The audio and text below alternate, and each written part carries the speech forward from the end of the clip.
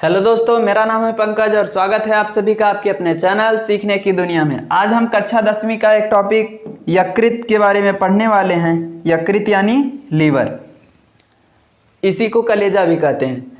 तो चलिए देखते हैं लीवर होता क्या है। लीवर के बारे में एक अलग से प्रश्न पाचन तंत्र में पूछा जाता है, या जब हम एंजाइमों के बारे में पढ़ रहे होंगे उस समय भी लीवर के बारे में उसी के साथ पढ़ना पड़ता है। लेकिन इससे अलग से भी प्रश्न पूछता है, जैसे यकृत क्या है, यकृत के कार्य लिखिए। तो चलिए सबसे पहले हम यकृत के बारे में जानते हैं। यकृत क्या है? मानव शरीर की सबसे बड़ी ग्रंथि है। आकार में देखें तो सबसे बड़ा आकार इसका, ग्रंथियों में आकार देखें तो सबसे बड़ा आकार किसका होता है? यकृत का। और यकृत में कितनी पालियां होती हैं? 3 पालियां। पालियों को क्या कहेंगे? लोब्स। लोब 3 लोब्स होते हैं, यानी कि 3 पार्ट होते हैं यकृत के। स्थित कहाँ होगा? तो आमाशय के ठीक बगल में ही स्थित होगा, पेट के ठीक बगल। देखने में कैसा लगेगा यकृत? कुछ इस प्रकार से, कुछ ऐसा देखने में लगेगा यकृत। इसके यहाँ बगल में, यहाँ पर क्या स्थित होगा? पेट। तो ये कहाँ स्थित होता है? आमाशय के यानी पेट के बगल में। तो इसके अब हम कार्य देखते हैं। सबसे पहला कार्य ये करता क्या है? पाचन में क्या सहायता करता है? इससे संबंधित एक प्रश्न।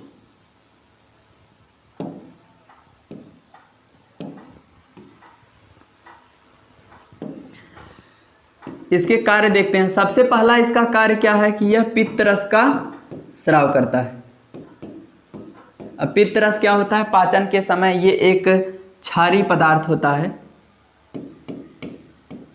क्षारीय पदार्थ, क्षारीय पदार्थ का स्राव करता है। जैसे आमाशय से भोजन यानी पेट से भोजन आगे जा रहा होता है, तो उस समय क्या करता है? लीवर एक क्षारीय पदार्थ का स्राव करता है, जिसका नाम क्या है? पित्त रस।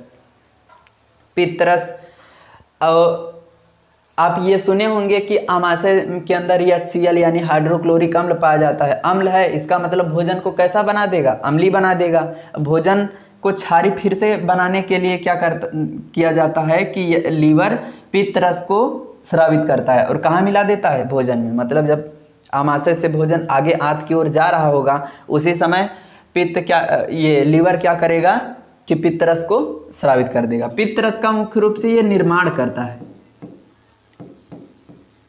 जैसे लीवर की हम संरचना देखेंगे तो कुछ इस प्रकार से होगी। यह है लीवर, यह लीवर की संरचना है कुछ इस प्रकार से। लीवर पित्त रस को बनाता है, लेकिन पित्त रस को संचित नहीं करता। लीवर से ही यहाँ एक जुड़ी रहती है दूसरे प्रकार की ग्रंथि, यहाँ पर। इसका नाम क्या है? पित्ताशय। लीवर क्या करेगा? पित्त रस को बनाएगा, बनेगा पित्त रस यहाँ पर लीवर में, लेकिन बनने के बाद कहाँ चला आएगा? पित्त रस इस पित्ताशय के अंदर। तो यहाँ पर पित्त रस संचित रहता है, जबकि बनाता कौन है? लीवर। ये याद रखना कि ये पहले बनाता है, बनाने के बाद पित्त रस में भेज देता है, वहीं पर संचित रहते हैं। इतना समझ में आ गया होगा। अब इसके आगे हम देखते हैं दूसरा कार्य। दूसरा कार्य क्या है कि यह वसा को किस में बदलता है?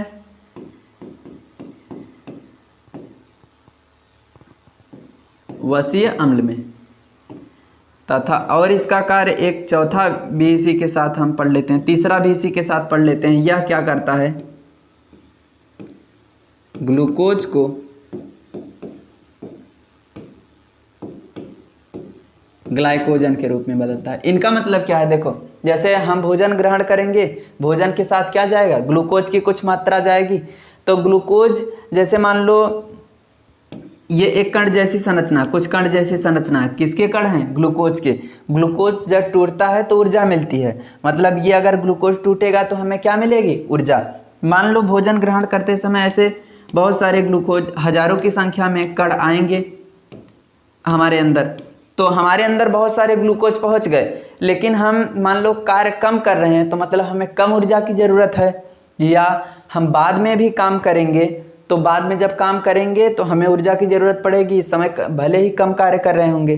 तो ऐसा तो है नहीं कि जब हमें कार्य करना होगा तो हम तुरंत खाना खाने लगेंगे कि खाना खा लें, ग्लूकोज हमारे शरीर के अंदर चला जाए, हमें ऊर्जा मिल जाए तो हम काम करें। ऐसा नहीं होता। हम एक बार खाना खा लेते हैं, उसके बाद काम कई बार करते रहते हैं लगातार। तो इसका मतलब क्या, ग्लूकोज हमारे शरीर में रखा होगा कहीं पर, जो हम एक बार भोजन खाए थे उसमें बहुत अधिक मात्रा में ग्लूकोज गया होगा, शरीर में रखा होगा, वही बार बार उपयोग होता होगा, बार बार ऊर्जा बनती होगी, ऊर्जा का उपयोग करके हम काम करते होंगे।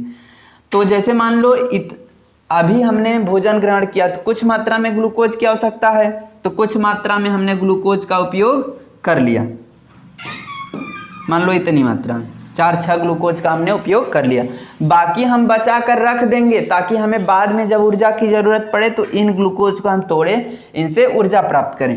और हम क्या करेंगे, इन्हें रखने के लिए अगर हम ऐसे ही इन्हें रख दें, सब अलग अलग कण हैं, अलग अलग कणों को ऐसे रख दें कोशिका के अंदर, तो ये टूट मतलब कुछ भी ऐसी परिस्थितियाँ आएंगी, एंजाइम मिलेंगे ग्लूकोज तोड़ने वाले, तो ये जल्दी जल्दी टूट जाएंगे और जल्दी जल्दी ख़त्म हो जाएंगे। लेकिन ऐसा नहीं करना है, इन्हें देर तक संचित करके रखना है। तो इन्हें क्या किया जाएगा, सभी ग्लूकोज के कणों को जोड़ा जाएगा सब आपस में, कुछ इस प्रकार से संरचना बन जाएगी। कई ग्लूकोज के कणों को आपस में ऐसे जोड़ा जाएगा, तो एक जटिल संरचना बनी दिखाई दे रहे है। ये सभी ग्लूकोज के कणों को जोड़कर एक बड़ी संरचना बना दी गई, इसी को क्या कहेंगे, ग्लाइकोजन। ये क्या थे, ग्लूकोज। तो ग्लूकोज को ग्लाइकोजन के रूप में बदलता कौन है, यकृत यानी लीवर। इसका मतलब जब भी हमें ग्लाइकोजन की जरूरत, ग्लूकोज की ज़रूरत होगी तो ग्लाइकोजन को तोड़ेंगे, फिर से वही, जैसे फिर से हमें ऊर्जा की ज़रूरत पड़ी, हमने इसे तोड़ा, सभी इकट्ठे हैं, इकट्ठे रखे हुए हैं, सब अलग अलग हो जाएंगे, जब हम तोड़ेंगे सब फिर से ऐसे अलग अलग हो जाएंगे, तो हम इन्हें तोड़कर ऊर्जा प्राप्त कर सकते हैं। मतलब ग्लूकोज क्या है, अलग अलग कण जैसी संरचना, ग्लाइकोजन जटिल कण जैसी संरचना। जैसे ग्लूकोज वैसे वसा भी, ठीक वैसे वसा को किस में बदलता है, वसी अम्ल में। जैसे ये हमने समझा, ठीक उसी प्रकार से ये भी होता है। तो एक 3 पॉइंट हम समझ गए, क्या करता है, ग्लूकोज को ग्लाइकोजन में बदलता है, पित्तरस का निर्माण करता है, वसा को वसी अम्ल में बदलता है, और क्या करता है, चौथा कार्य इसका हम देखते हैं। चौथा कार्य ये करता है, अलग कलर से इसको लिख देते हैं।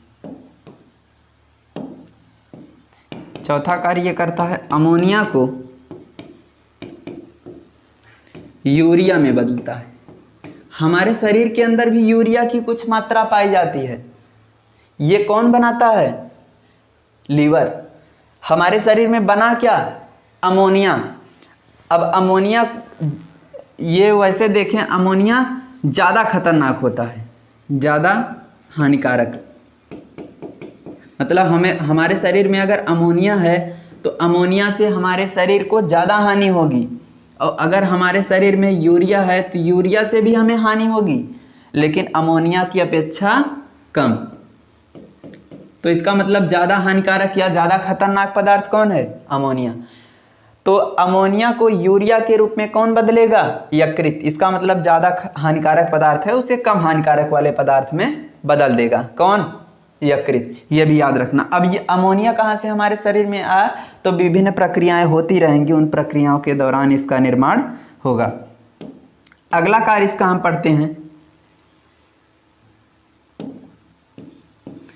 ये और क्या करता है, ये 2 प्रकार के प्रोटीन याद रखना, नाम इनका फाइब्रिनोजेन।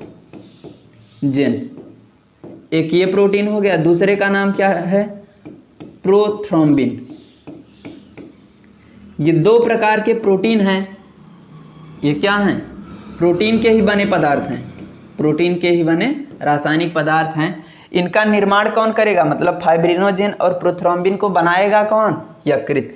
अब इन फाइब्रिनोजेन और प्रोथ्रोम्बिन का कार्य क्या होता है, इन दोनों ही का कार्य क्या होता है, रक्त का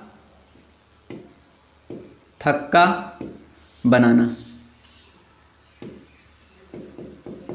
रक्त का थक्का बनाने का मतलब क्या है? ब्लड को जमा देना। जैसे चोट लगने के बाद क्या होता है, जहाँ पर चोट लगा रहता है वहाँ ब्लड जम जाता है, तभी तो ब्लड कुछ देर बहने के बाद रुक जाता है। ऐसा नहीं है लगातार निकलता ही रहेगा, कुछ देर बाद रुक जाएगा। वो किसके कारण? फाइब्रिनोजेन और प्रोथ्रोम्बिन प्रोटीन के कारण। ये समझ में आया? ये भी हम जानते हैं एक विटामिन होता है, विटामिन के, उसकी कमी, उसके कारण भी रक्त का थक्का बनता है। इसका मतलब वो भी क्या करेगा? सहायता करेगा फाइब्रिनोजेन और प्रोथ्रोम्बिन की। ये भी याद रखना, प्रोटीन वो भी इसी के साथ मिलकर कार्य करता है। अगला इसका कार्य क्या है? अगला इसका कार्य है कि एक दूसरे पदार्थ का स्राव करना, जिसका नाम क्या है? हेपेरिन। हेपेरिन क्या करता है? स्कंदन रोधी का कार्य करता है।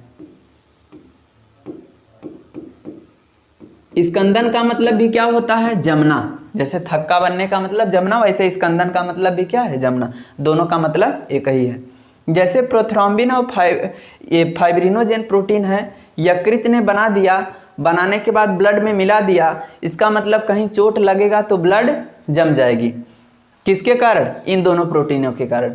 लेकिन ऐसा भी तो हो सकता है कि ब्लड के अंदर तो ये दोनों पाए ही गए हैं। अगर मान लो चोट न लगा, ब्लड के अंदर ये पाए गए हैं, ब्लड के अंदर ही शरीर में ब्लड बह रहा है, बीच में ही क्या हुआ कि अगर ब्लड जम गया तब ब्लड का परिवहन आगे नहीं हो पाएगा, एक स्थान से दूसरे स्थान ब्लड नहीं जा पाएगा, जिसके कारण शरीर के अंग कार्य नहीं करेंगे और हमारी मृत्यु हो जाएगी। लेकिन ऐसा नहीं होना चाहिए। इसके लिए क्या करता है? यकृत एक और प्रकार के पदार्थ को बनाता है, रासायनिक पदार्थ, जिसका नाम क्या है? हेपेरिन। ये इसका उल्टा कार्य करता है, स्कंदन रोधी का कार्य करता है। इसका मतलब ये ब्लड को जमने से रोकता है। इन दोनों का कार्य क्या था? ब्लड को जमाना। बाकी ब्लड को जमने से रोकेगा कौन? स्कंदन रोधी। ऐसा क्यों हुआ कि इसका निर्माण करना पड़ा? ताकि ब्लड की नलिका के अंदर ही, रुधिर नलिका के अंदर ही ब्लड न जम जाए। जब चोट लगे तभी ब्लड जमे। तो इसके लिए कौन है? Heparin protein. ये कब रोकेगा? रुधिर नलिका में ब्लड को जमने नहीं देगा। जब चोट लगेगा तो जब हवा के संपर्क में हम आ जाएंगे, हवा के संपर्क में हम आ जाएंगे तो उस समय क्या होगा? हवा के संपर्क में आते ही ये जो हेपेरिन प्रोटीन है ये निष्क्रिय हो जाता है, मतलब कार्य नहीं करता है। इसका मतलब जो कहीं चोट लग गई, चोट लगने के बाद पूरा मतलब जिस भी स्थान पर चोट लगा रहेगा वहाँ ब्लड जाते रहेंगे। ब्लड के साथ फाइब्रिनोजेन, प्रोथ्रोम्बिन, हेपेरिन सभी वहाँ पर जाएंगे। इन दोनों का कार्य क्या है? ब्लड का थक्का बनाना। हेपेरिन का कार्य क्या है? ब्लड का थक्का न बनने देना। तो जैसे ही हवा लगी, बाहरी वायुमंडल से हवा लगी चोट पर, तो वहाँ पर जो भी हेपेरिन थे वो सभी निष्क्रिय हो गए, यानी कार्य नहीं करेंगे अब। तो अब हेपेरिन कार्य नहीं करेंगे, इसका मतलब प्रोथ्रोम्बिन और फाइब्रिनोजेन आराम से रक्त का थक्का बना देंगे। और जब तक ये शरीर के अंदर रहेंगे तब तक हेपेरिन सक्रिय रहेगा, क्योंकि शरीर के अंदर बाहरी वातावरण से हवा नहीं लगेगी, तो जिसके कारण ये हेपेरिन सक्रिय रहेंगे और रुधिर नलिका में जमने नहीं देंगे। तो उम्मीद है आपको यकृत के कार्य समझ में आए होंगे। धन्यवाद।